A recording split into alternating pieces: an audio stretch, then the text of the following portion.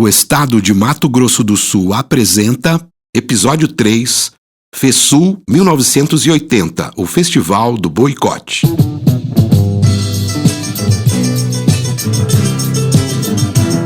É vaca tucura, é o boi pantaneiro. Ai, Fernando Vieira.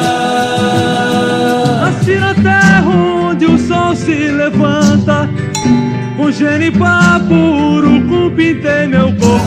E mostra esta ciranda, nascida no Pantanal.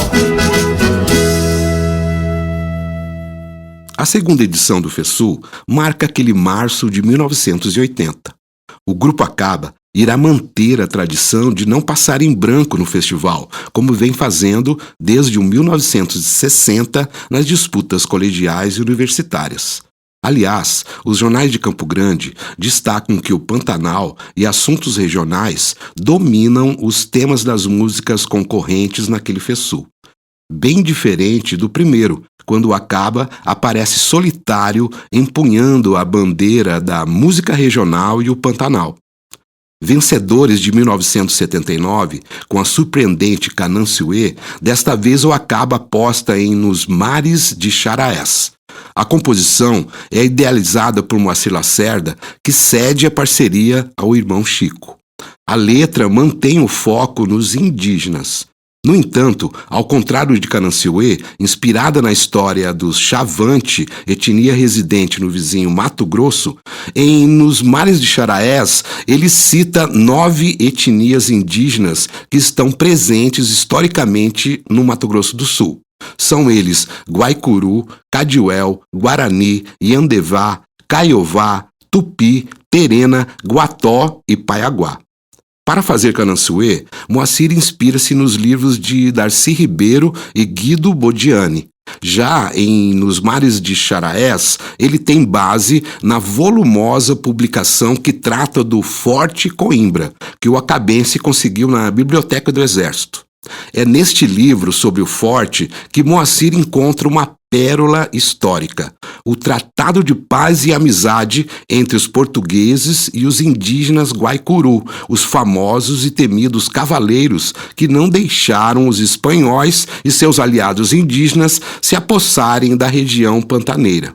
O documento é de 30 de julho de 1791 e assinado pelo português João de Albuquerque de Melo Pereira e Cáceres, governador da capitania de Mato Grosso. Uma das estratégias do Acaba em festivais é preparar uma introdução que acrescentasse valor à música, algo surpreendente para chamar a atenção do público e principalmente do júri.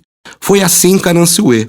Em Nos Mares de Xaraés, o documento histórico inspira uma abertura com Chico declamando parte do texto da carta, segurando um pergaminho, enquanto o grupo toca uma espécie de fado, o estilo musical muito popular em Portugal. O Acaba também segue o hábito e dispensa a banda de apoio do festival, que era novamente o Zutrique. Apostar na sonoridade própria é outra das táticas para ir bem nestes concursos. Os acabenses chegam sempre muito ensaiados nas disputas. Naquele FESUL não é diferente. Luizinho vem ainda tocando o invocado baixolão da Del Vecchio, adquirido em São Paulo, e o arranjo da música parece na medida, com Vandir Barreto interpretando muito bem a canção com sua voz marcante e uma das mais potentes de Mato Grosso do Sul. Nos Mares de Xaraés está pronta para disputar o primeiro lugar do segundo FESUL e os acabenses estão bem confiantes. Antes de continuar, vamos ouvir Nos Mares de Xaraés. A composição dos irmãos Lacerda foi gravada no segundo LP do Grupo Acaba, lançado em 1984, 4 anos depois da música concorrer no segundo FESUL. No velho Brasil Central, cerrados e pantanais, na lenda dos Cadiuels, terra e mar de Xaraés, terra e mar de Xaraés.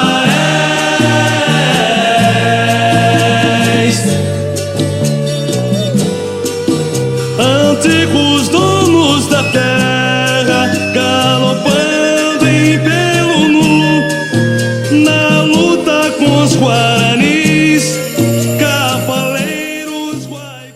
expectativa dos músicos de Mato Grosso do Sul é grande para a segunda edição do FESUL, até porque aquela era uma das únicas janelas para os artistas serem vistos por um público mais abrangente em terras sul-mato-grossenses e, quem sabe, até ultrapassar as divisas do novo estado, como aconteceu com a Caba depois de vencer o primeiro FESUL no ano anterior.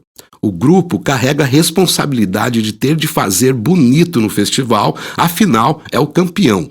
A ascensão rápida que o Acaba teve em um ano também mexia com os colegas músicos, já que, depois de conquistar o primeiro FESUL, o grupo foi convidado a produzir seu primeiro LP por uma gravadora de prestígio, conhecida por apostar em talentos verdadeiros nos 4 cantos do país.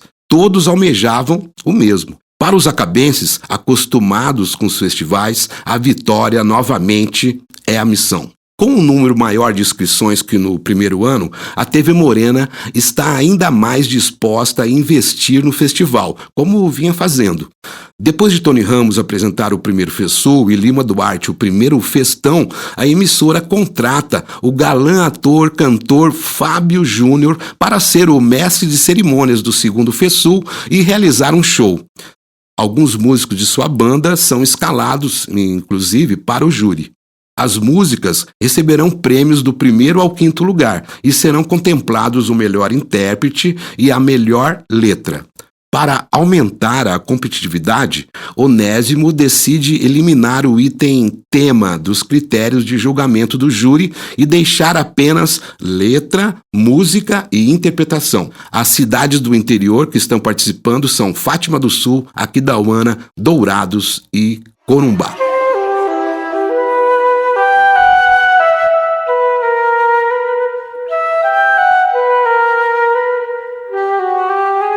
Devido à experiência do primeiro FESUL, pois Campo Grande foi para a final com apenas 3 músicas representantes, mesmo com um número bem maior de inscritos, os participantes da capital, escolhidos na eliminatória, pulam para 10 e os do interior reduzidos a 12. O Jornal do Cidade informa que nos dias 21 e 22 de março de 1980, 40 músicas irão disputar as 10 vagas para a final do festival. Serão 20 concorrentes divididos em 2 dias e serão escolhidos 10 finalistas, ou seja, 5 por dia de eliminatória. A concorrência é de 4 para 1 vaga. Entre os previstos para o primeiro dia estão o Grupo Acaba, Zé Pretim, Cláudio Prates, Grupo Terra, Tato Fischer e Simona, todos fortíssimos concorrentes. Para o segundo dia, entre os escalados estão Marcos Mendes, Paulo G, Iso Fischer, Sidney Rezende e Lenilde Ramos. Alguns concorrentes disputam com 2 músicas. São os casos de Tato Fischer e Grupo Terra. Almir Sater também concorre com 2 canções, Estrada, Viola e Violeiro, uma parceria com Paulo Klein e Velhos Amigos, composição de Paulo Simões. Vamos ouvir um pedaço agora de Velhos Amigos, na interpretação de Almir Sater. Velhos amigos, quando se encontram, trocam notícias e recordações. Bebem cerveja no bar de costume e cantam em voz rouca antigas canções. Os velhos amigos quase nunca se perdem, se guardam para certas ocasiões. O nível de competitividade dos concorrentes de Campo Grande está nas alturas. Em matéria no jornal Diário da Serra, em que se anuncia a segunda edição do FESUL, o responsável pelo festival, Onésimo Filho, gerente da divisão de projetos especiais da TV Morena, ressalta a expectativa da emissora e comemora a participação dos principais nomes da cena artística do estado. Ele fala ao jornal: as 200 músicas inscritas são de qualidade ainda superior às do ano passado. E, além disso, todos os melhores intérpretes e músicos do estado vão concorrer. Entre eles, o Grupo Acaba, Grupo Terra, Iso Fischer, Tato Fischer, Almir Sater, Geraldo Espíndola, Sidney Rezende, Paulo Simões, José Boaventura, Vandinha. O conjunto Zutrique se encarrega do acompanhamento, como no ano passado. Tudo parece perfeito para o festival. A classe musical animada, o público envolvido, concorrentes de ótimo gabarito, canções com potencial para vencer e, entre os nomes inscritos, vários conhecidos dos festivais estudantis do final dos 1960 e primeira metade da década de 70. As previsões são as melhores e a TV Morena, inclusive, decide transferir o FESUL para o ginásio Moreninho, no campus da UFMS, prevendo um público maior do que o ano anterior. Mas é justamente aí que começa o problema, pois é péssima a acústica do ginásio Moreninho e geralmente o som fica todo embolado nos shows. Com a expectativa no nível máximo e a adrenalina nas alturas, o festival começa e, antes de encerrar a primeira eliminatória dos concorrentes de Campo Grande, o Rebu está armado. Reclamando da péssima qualidade do equipamento de som, principalmente em relação aos retornos, os músicos garantem que não se ouviam no palco. Começa então um movimento durante a competição para que a classificatória seja invalidada e é convocada uma assembleia entre os participantes. Eles se reúnem em uma das salas que ficam nas laterais do estádio Morenão. Quase todos decidem que a TV Morena teria que remarcar um dia para que a eliminatória acontecesse novamente, preferivelmente em outro local. Sem aceitar a imposição dos músicos, Onésimo Filho decide tocar em frente ao festival, mesmo com boicote armado pelos concorrentes dissidentes que ameaçam fazer um show no mesmo dia e horário da final do FESUL, como acaba acontecendo.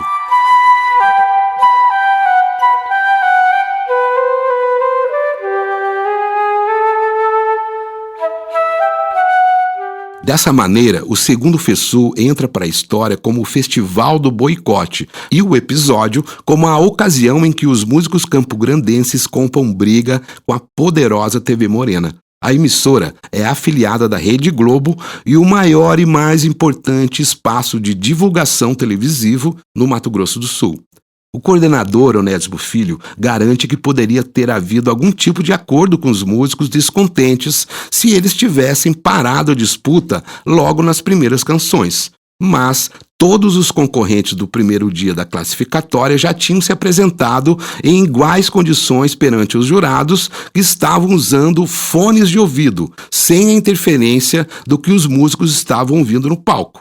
Onésimo ressalta: na primeira eliminatória, no Moreninho, realmente houve um problema de som, mas apenas para o público, que era inexpressivo, umas 200 pessoas. Mas os jurados estavam ouvindo tudo com perfeição nos fones de ouvido. Aí o pessoal participante, liderado pelo Sidney Rezende, os irmãos Fischer e pelo Almir Sater, esperou todos se apresentarem para depois querer virar a mesa. Se as músicas saíram com defeito, isso aconteceu com todos, então não achei que tivesse prejudicado alguém. Se tivesse interrompido na segunda ou terceira música, aí tudo bem, eu poderia cancelar aquela eliminatória, mas o pessoal fez aquela revolução. Foi a TV Morena no outro dia e me ameaçou. Ou você faz o que nós queremos ou saímos do festival. Eu respondi: então, já saíram, eu faço com o pessoal do interior. Agora é bom lembrar que nem todos daqui participaram. O Geraldo Espíndola e o Acaba não entraram no boicote. Mas tudo isso baixou realmente o nível do festival e acabou favorecendo Corumbá. Dificilmente Campo Grande perderia, inclusive porque Velhos Amigos, defendida pelo Almir Sater, era uma música bastante competitiva. A situação fica delicada. O jornalista e cineasta Cândido Alberto da Fonseca define o episódio como o dia em que, para vencer a intransigência e o autoritarismo, os músicos resolveram queimar seu canal, ou seja, estourar com o Festival da Canção. Outras entrevistas e discussões marcaram profundamente a história de um grande equívoco, o conflito desnecessário com a televisão local. Já o saudoso músico José Boaventura, que foi um dos concorrentes que aderiram ao boicote, ressalta que depois do episódio houve uma diminuição nas aparições daquele grupo de músicos descontentes na programação da emissora. Boaventura comenta: foi o ano do ostracismo para a música regional em Mato Grosso do Sul. A TV Morena não permitiu nossa divulgação durante todo o ano de 1980, prejudicando as nossas produções.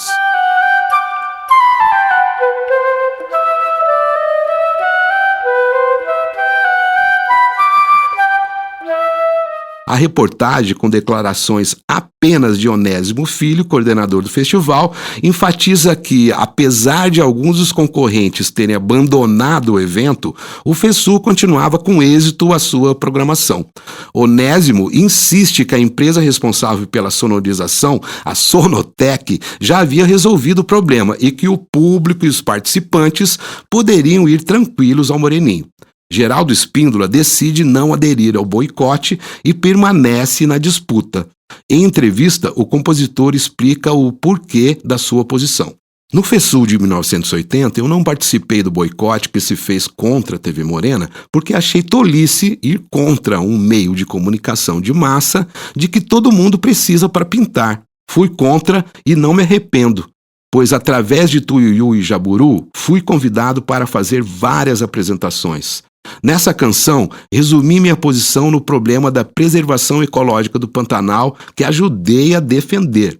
Tuiuiu Jaburu tem uma letra direta e relata imagens do Pantanal sem metáforas. Geraldo deixa de lado o mergulho profundo em seu universo particular e volta sua caneta para o Pantanal, seus bichos e o majestoso rio Taquari, na época já sofrendo com o desmatamento e outros crimes ecológicos que resultam em seu futuro assoreamento. De certa forma, neste segundo FESU, Geraldo Espíndola se aproxima das mesmas cosmovisões da região pantaneira sul-mato-grossense que o Grupo Acaba vinha seguindo desde meados dos anos 1970. Vamos ouvir um trecho agora de Tuiuiu Jaburu, de Geraldo Espíndola. Tuiuiu chegou no curicho do jacaré, pousou onde dava pé, na beira do rio Taquari. Dá até vontade de virar índio, ficar contente, tirar a roupa, entrar no rio, pegar curimbata, sem medo de arraia. É demais linda a natureza, que não me traia, seja legal como meus amigos, minha mulher e meu filho novo. Este sim terá um grande gozo se reservarmos o Pantanal. Pantanal do Tuiuiu Jaburu, Pantanal do bugio da onça e do jaú. Assumido como não participante do boicote organizado por parte dos músicos, Geraldo Espíndola vai em frente e defende a sua composição ecológica pantaneira nas eliminatórias e sai classificado para a final do FESU, marcada para o fim de semana seguinte. Bem diferente do que acontece com o Grupo Acaba. Moacir e Chico comparecem à reunião na sala do Estádio Morenão, em que os revoltosos decidem que querem que remarque uma nova data em outro local e que o resultado do primeiro dia seja invalidado. Os irmãos Lacerda saem da reunião sem deixar claro o posicionamento do Acaba. Pelo contrário, alguns dos presentes chegam a acreditar que Chico sinalizou que o grupo poderia aderir ao movimento, o que posteriormente causa decepção e revolta em alguns dos a favor do boicote. De qualquer maneira, Chico não encontra eco nos próprios companheiros. Vandir Barreto, que cantou nos Mares de Xaraés, no FESU, dá sua versão sobre o episódio em entrevista publicada no livro Prata da Casa. O Chico tomou partido isoladamente. Ele procurou a ala A, nós éramos a B e fez um pacto. Só que ele não fez uma consulta antes. Quando ele veio para trazer a definição, nós contestamos. Eu falei, de jeito nenhum. O espaço foi aberto para todos. Se todos entraram no mesmo barco, vamos finalizar no mesmo barco. Rapaz, estádio de futebol foi feito para jogar futebol.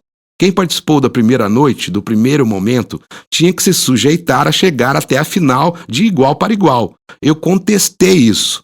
O Chico quis ficar do outro lado e nós fomos contra a opinião dele. Hoje, se tivesse que refazer, eu faria a mesma coisa. Se eu entrei em um festival e eu sabia que o festival era dentro de um tanque de lavar roupas, tenho que terminar ele lá dentro. É isso. Moacir, em entrevista realizada em 1984, portanto mais próximo dos acontecimentos do segundo FESU, encerra o bate-papo referindo-se ao episódio. Repudiamos o boicote porque achamos o seguinte, é por meio do festival que nós temos chance de mostrar uma pequena parte de nossa música. chegar nas câmeras de televisão e falar: nós estamos aí. O sorrateiro e silencioso Luiz Porfírio também faz a sua análise. Ele garante que não havia racha nenhum entre o grupo e que, em um primeiro momento, só ele foi contra assinar o documento coletivo. Ele comenta: eu, com essa cara de bocozão, fiquei olhando todo mundo assinando. Chegaram com o papel para mim. Eu disse: Moacir, você está louco? Não se faz cultura com tanta dificuldade e vocês querem destruir um pouquinho que resta. Vocês estão loucos. A acústica é ruim do lugar. Mas e daí, gente? Ninguém está vendo qualidade de som, está vendo cultura. No momento do ocorrido, eu não lembrei da TV Morena, não lembrei de nada. Eu me coloquei na seguinte posição, porque eu sempre trabalhei em baile, que é outro tipo de trabalho. Aí aparece essa abertura em um grupo cultural e eu vou boicotar? Naturalmente, eu não quis. Eu sou muito raiz. Fui criado em fazenda. Não tinha que ter feito nada daquilo. Foi uma vergonha para quem assinou aquele papel. Até hoje tenho a mesma opinião. No outro dia da apresentação, a gente levou uma vaia terrível. Vaiaram pra caramba. O fato é que o Grupo Acaba não adere ao movimento e vai com tudo para defender nos mares de Charaés na eliminatória dos campograndenses. Diferentemente de Geraldo Espíndola, que toca sem nenhuma manifestação contrária vinda do público, logo após o Acaba começar a introdução da música, uma grande vaia toma conta do Moreninho, como lembrou Luizinho. Super ensaiados, com a letra decorada, o arranjo mentalizado, os vocais feitos dezenas de vezes juntos, eles não titubeiam e vão em frente sem ouvir nada do que estão fazendo. A mesma reportagem do Diário da Serra traz uma foto de Moacir cantando e tocando maraca. A legenda diz: o Grupo Acaba não aderiu ao boicote, cantou e foi vaiado por aqueles que queriam prejudicar a eliminatória. Resistente, o grupo é anunciado como finalista do segundo FESUL e segue firme entre os favoritos para desespero de seus barulhentos detratores. Os acabenses estão atentos ao jogo tático para marcar sua participação em festivais e surpresos com a vaia que receberam dos próprios parceiros de música.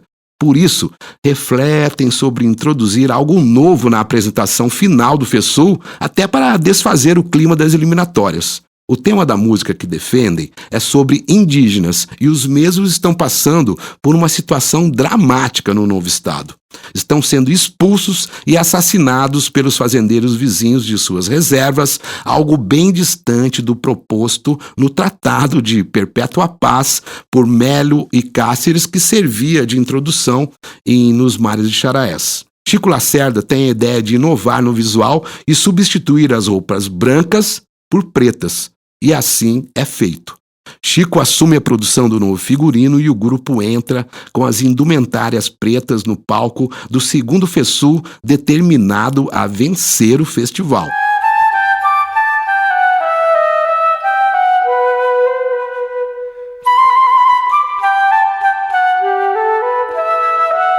De acordo com a reportagem do Diário da Serra, segundo o FESUL da Canção foi encerrado com pleno êxito, a final do segundo FESUL teve 4.000 espectadores presentes no ginásio Moreninho para ver os concorrentes e, claro, o show do cantor-ator galã Fábio Júnior.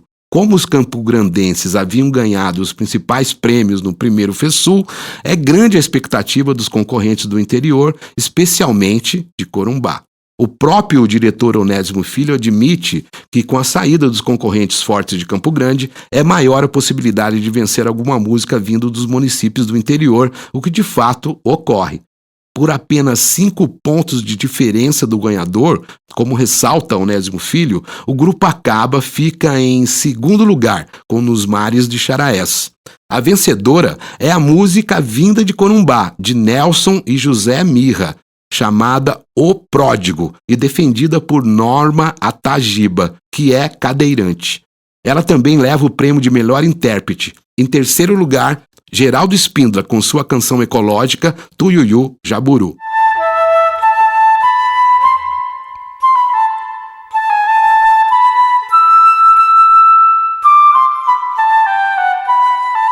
Ao mesmo tempo em que ocorre a final do segundo FESUL no Moreninho, em 30 de março de 1980, do outro lado da cidade, o grupo de dissidentes do festival faz o Show do Boicote. conforme comprova a matéria de capa do Caderno de Amenidades do Jornal da Cidade, edição de 30 de março a 5 de abril de 1980. O título é Festival da Praça. Músicos e compositores buscam outro veículo para mostrar seu trabalho. E a foto mostra o guitarrista Zé Pretim em cima de um muro, cercado de matagal, com um violão em riste. O texto é o seguinte: hoje à noite, a partir das 18 horas, na Praça do Rádio Clube, estará sendo realizado o Festival da Praça, apresentação geral dos músicos dissidentes do FESUL. O espetáculo será gratuito ao povo, mesmo povo que foi impedido de poder assistir bem ao festival de televisão, graças ao péssimo trabalho do coordenador, que escolheu o pior lugar da cidade para realizar o evento. O Festival da Praça será realizado com a única intenção de poder apresentar bem ao público seu trabalho de meses de ensaios, que era para ter sido bem valorizado pela coordenação do festival, pelo menos não tão desprezado, tendo pelo menos recebido boas condições de apresentação. Portanto, não se trata de nenhuma irresponsabilidade dos músicos, como muitos andam falando por aí. Será, em contrapartida, um festival sem competição, como deve ser um festival que se preze, onde os músicos estarão se apresentando sobre um caminhão com um gerador para som eletrificado. Almir Sater, Tato Fischer, Grupo Terra, Anete e Vandinha, Iso Fischer e Amigos, Ecos, como Sidney Rezende, Semasson, Alexandre Paulo, Lázaro, Simone Jane, José Boaventura. Estes serão alguns dos participantes do Festival da Praça. Devido ao mau tempo, o show do boicote, ou o Festival da Praça, é transferido da Praça do Rádio Clube para o ginásio da USP, onde, ironicamente, tinha sido realizada a primeira edição do FESUL no ano anterior. Tudo acaba montado de última hora, reunindo as aparelhagens dos próprios grupos. Apesar da sonorização não ter ficado da melhor qualidade, o público comparece ao ginásio e o concerto é realizado, mas não compromete a final do FESUL. O show do boicote, depois dos músicos abandonarem o festival na eliminatória de Campo Grande, é, no mínimo, uma tremenda provocação à TV Morena, organizadora do festival. A pendenga, com certeza, deixa marcas indeléveis nos artistas envolvidos e deflagra uma alteração de rota nas ações que a TV Morena irá realizar em torno da música de MS depois desse episódio. Este foi o terceiro episódio do audiobook Grupo Acaba, Os Cantadores do Pantanal. Locução e roteiro, Rodrigo Teixeira. Edição, mixagem e masterização, Gilson Espíndola. Projeto incentivado pelo Fundo de Investimentos Culturais FIC-MS.